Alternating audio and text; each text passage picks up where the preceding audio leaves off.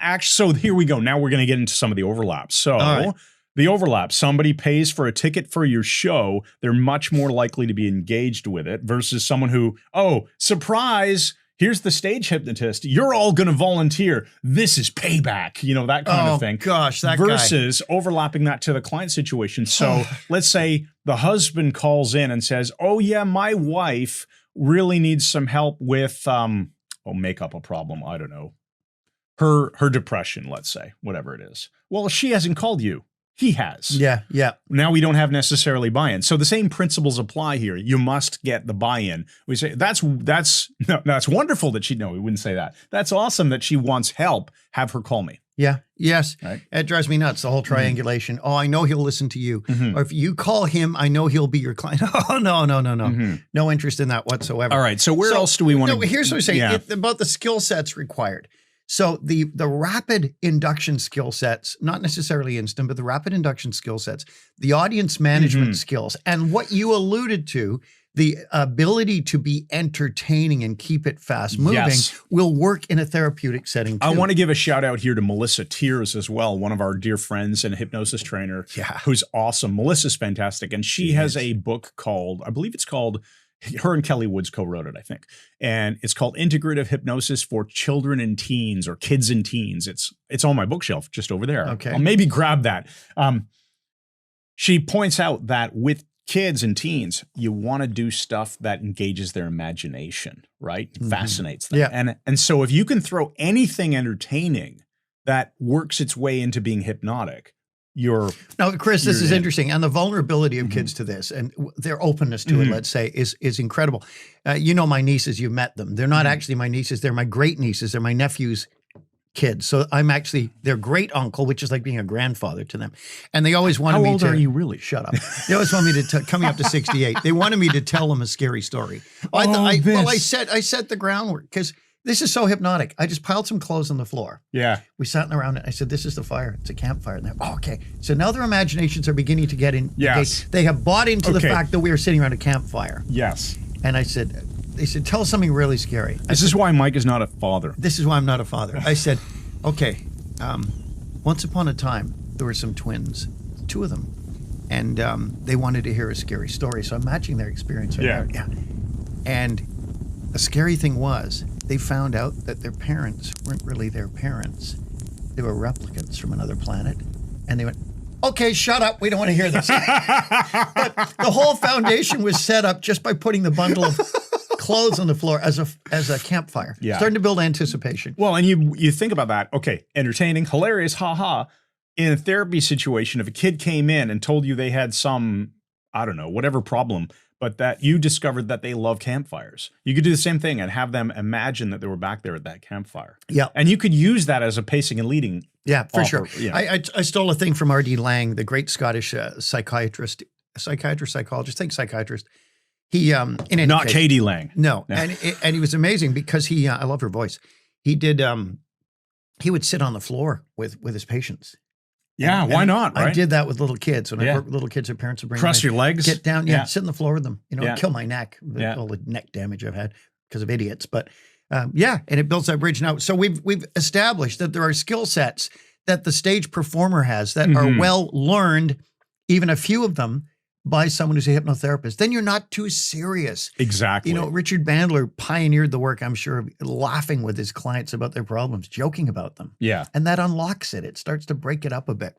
Yeah. Now, let's say, I was going to say common elements. We're already, geez, man, we're like 27 minutes into this podcast already, and there's so many bullet points left. We'll just keep going. Yeah. Always be calibrating, first of all. Right. Always be calibrating, which is exactly the same on stage as in a client setting. Or any relationship. Or any relationship. I'm calibrating you right now. Yeah, I'm not listening right now. Scary to think I actually wasn't. Scary to think I was? There you go. It's a terrifying thing. Serious. I'm doing serious. I'm not dicking around. Okay. Guess what I caught myself doing this morning? Serious. Sitting at the lights. I was gaping in the gapery. I was sitting at the lights in Toronto like this. I went, what's my freaking mouth doing open? Yeah. I'm getting old, man. It happens. No one tries to fight against the darkness. If you're audio only, folks, you need to be on the YouTube version of this as well. I was gaping in the freaking gapery like Jack the Gaper. Jack the Gaper. Okay, so anyway. So always be calibrating, and that's true for Don't gape in the gapery. Any relationship, any situation, even calibrating. We don't do this very well, clearly, on this podcast, but the idea of knowing when it's your turn to speak and when you should shut up, right?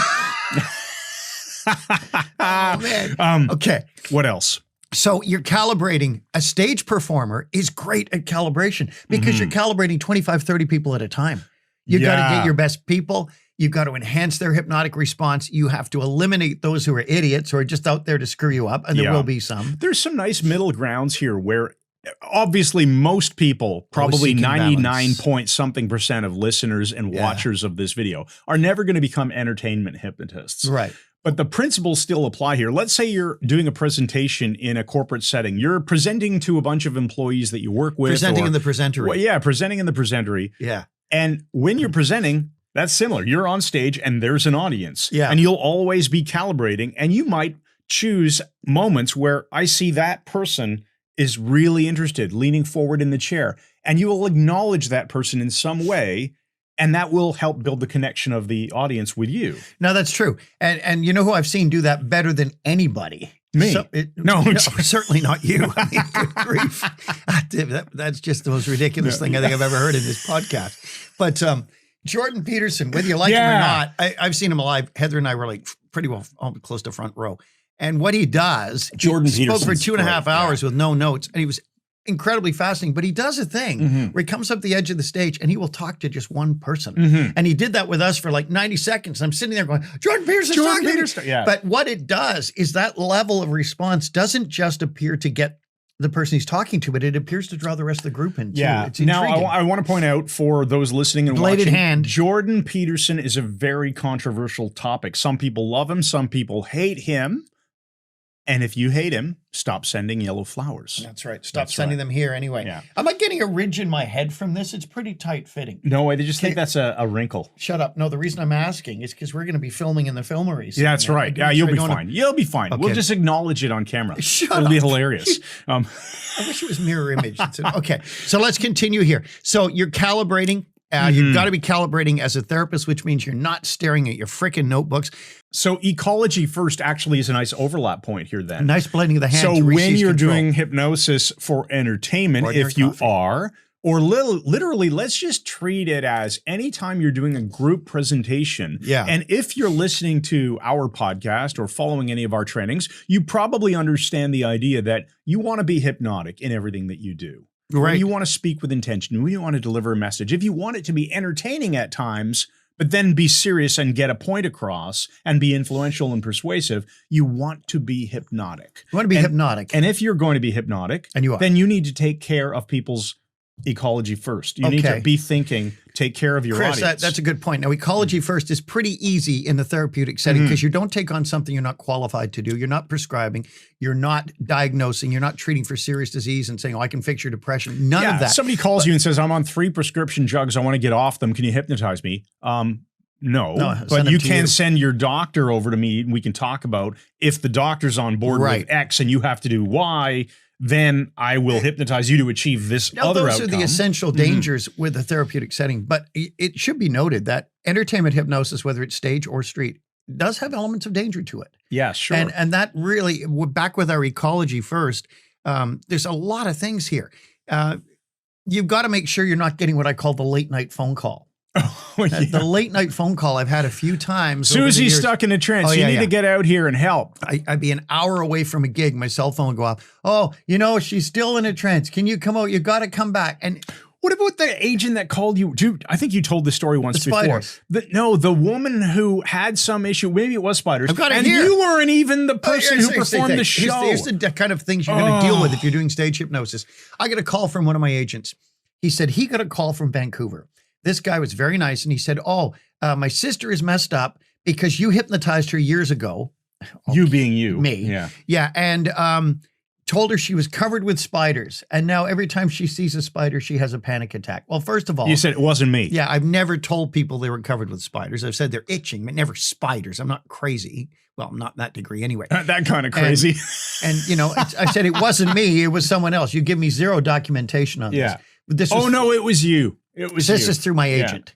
So here's what my agent, and this is not Speaker Spotlight, who are freaking brilliant. This They're was awesome. a lesser agent. Yeah. And not anymore agent. Not for you, anymore at least. agent, who I won't even tell you his initials were MK. But he told this guy, okay, I'll talk to Mike. We'll sort this out. Now, first of all, he's making a promise. Now, what was his advice to you? This is advice. This is not even a person I've ever hypnotized. He said, I recommend to get this over with. He said, tell him you'll do free hypnotherapy for his sister. I said, are you out of your freaking, I said a stronger word. Are you out of your mind? Me do hypnotherapy for her is basically saying, oh, this is my fault and I'm going to attempt to fix it and enter into a therapeutic relationship with somebody in Vancouver. It's almost reverse Cialdini's rule of commitment and consistency. You have to now pretend to admit that this might have been you. Yeah. And then be consistent with that and say, I'll give you a free session. It's ridiculous. Anyway, I didn't. But I'm just saying, if you're doing stage stuff, there are elements of danger that are not going to map across the same way. You know, I remember a case with a woman on a cruise ship with some other hypnotist. He told her to rush. She was middle-aged, told her to rush back to the audience by the shortest way she could when she came out of trance. Right off the stage. Right off the edge of the stage and like broke her ankle or something. I mean, Yeah, it's not good. hypnosis did it. It's the misuse of hypnosis. Actually, it's ridiculous. Let's quickly talk about that. Only if you blade your hand I again to get control. anticipate Okay, good. that some people are going to wonder, okay, if people, their prime directive is to protect themselves, even in hypnosis. You're talking about the unconscious mind. The unconscious prime directive mind. to protect the physical body. Right. So why would someone, that's what I imagine people are wondering, why would a woman who would probably not in a trance realize I shouldn't jump off the frickin' stage and think that I can land on my feet and not break my ankle, why would she do that? Because there's a set of social dynamics we don't understand. Okay. She's responding to authority. Everybody's laughing. It's an entertaining thing. Ah, that's a good point. So in the same way that if the joker at the party gets caught up in the joking experience and thinks suddenly, oh, I can do the Karate Kid crane kick off of this coffee table, whacks his head, splits his head. Did that happen to you? No. You're saying this with such detail. It sounds like something you freaking did. I'm thinking about, there's probably been times when all of us, I can't even think of a situation that involves me right now, but I'm sure there are, where, oh, this was fun. I was like the life of the party for this moment. So I'll do something stupid and dangerous because I see the potential benefits socially as being more beneficial than the risk, right? That's freaking the weird. physical risk. Does that make sense? Yeah. Okay, there we go. We have our answer. You're absolutely that was right. interesting. I just have a note here that hypnosis shows do tend to draw unusual people. Yeah. So you might want to keep that in mind if you're doing hypnosis shows. Michael C. Anthony had a show years ago, and some guy on stage banged his hand. I don't know how he did it. Just nothing to do with the hypnosis. And it swelled up. His family came up after the show and said he was going to be a major league pitcher. and everyone's yelling, you can sue him. His whole major league career as a baseball player, the guy's a 17-year-old kid, is gone now because of him. He just said, that is the logical fallacy, folks, of non-falsifiability. Right? Yeah. You cannot falsify the statement, he was going to be a major league pitcher. How do you prove that that was false? Yeah. And again, the other thing is revenge of idiots. Yeah. And this sounds crazy, but it's true. Some people are weird when you do hypnosis shows. I did a hypnosis show in North Bay with Bob Gray years ago. And at the end, the audience were they were drunk and being idiots. And we just walked off stage. Well, one guy was so mad, he came up to our dressing room. We had a number of those with his girlfriend. And he was yelling, why didn't you do this? Why did you end it? I said, because nobody was paying attention. We just gave it enough time and stopped. He said, well, you didn't end it. And I just kept on and I kept agreeing and saying, no. Yeah. No Agree one and was repeat paying strategy. attention. People were talking right in the front row. Nobody was listening to us. So we stopped the show. He said, well, you should have ended it better. And I said, look, I've answered you now for 5 solid minutes, the same answer. Let's drop the subject. He went, okay. His girlfriend, so furious that he backed down, threw an entire beer in my face. Like, I got a suit on, soaked with beer, and they walked out. Wow. And it wasn't even a hypnosis show because we never even got to that part. I thought you were going to talk about the time that Bob Gray choked out that guy. Oh, yeah. I taught somebody him how was to choke being people. belligerent or something. I taught him how to do a shoulder spin blood choke. choke. Yeah, so you spin the shoulders, lock it up. It's fantastic. It's harmless mostly. We got off stage at Niagara College. We're doing this gig, And this was just a weird gig. He would memorize numbers. They give him a 30-digit number Backwards forwards, Bob. and he'd Yeah. memorize. They'd cover it with a sheet, and then he'd say it backwards from memory. 10 Unless minutes later. unless he had a whiteout. Unless he had a whiteout. Yeah. So maybe 10 minutes later, he'd recite it back. Well, one guy in the audience just starts yelling Nazi for no reason. We're doing the show. The guy going, Nazi. Right. Okay, that's weird. amusing, sir. Nazi. So we're trying to do the show.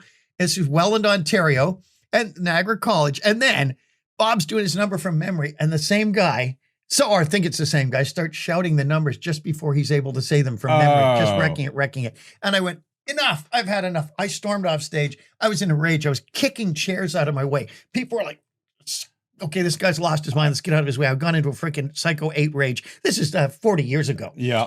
Almost. Real rage or fake rage? Real rage. Okay, so you're just pissed off that they're ruining our show for no reason. You hadn't become the integrated human. Not that I am now, right? Yeah. Carry the blade, yeah. You were in your 20s. Yeah, I was in my 20s. Okay. So we got off stage and went to our dressing room, and the reporter who'd come to interview said, that was ridiculous. Those people were so ignorant, paid no attention. Why didn't security get rid? All of a sudden I look up, and the guy has come to the dressing room now, and he's at the window, and he's like yelling stuff Swearing at at you us. guys, probably. And Bob, who I taught the shoulder spin blood choke, leaps up, rushes out. I put my stuff down, my briefcase, run out afterwards. The guy's already unconscious on the floor. Was he doing this? Yeah, he was doing, he's twitching, doing the funky chicken. Everyone's going, oh, he's okay. He's waving. He doesn't need any help. He's convulsing. They took him out in an ambulance.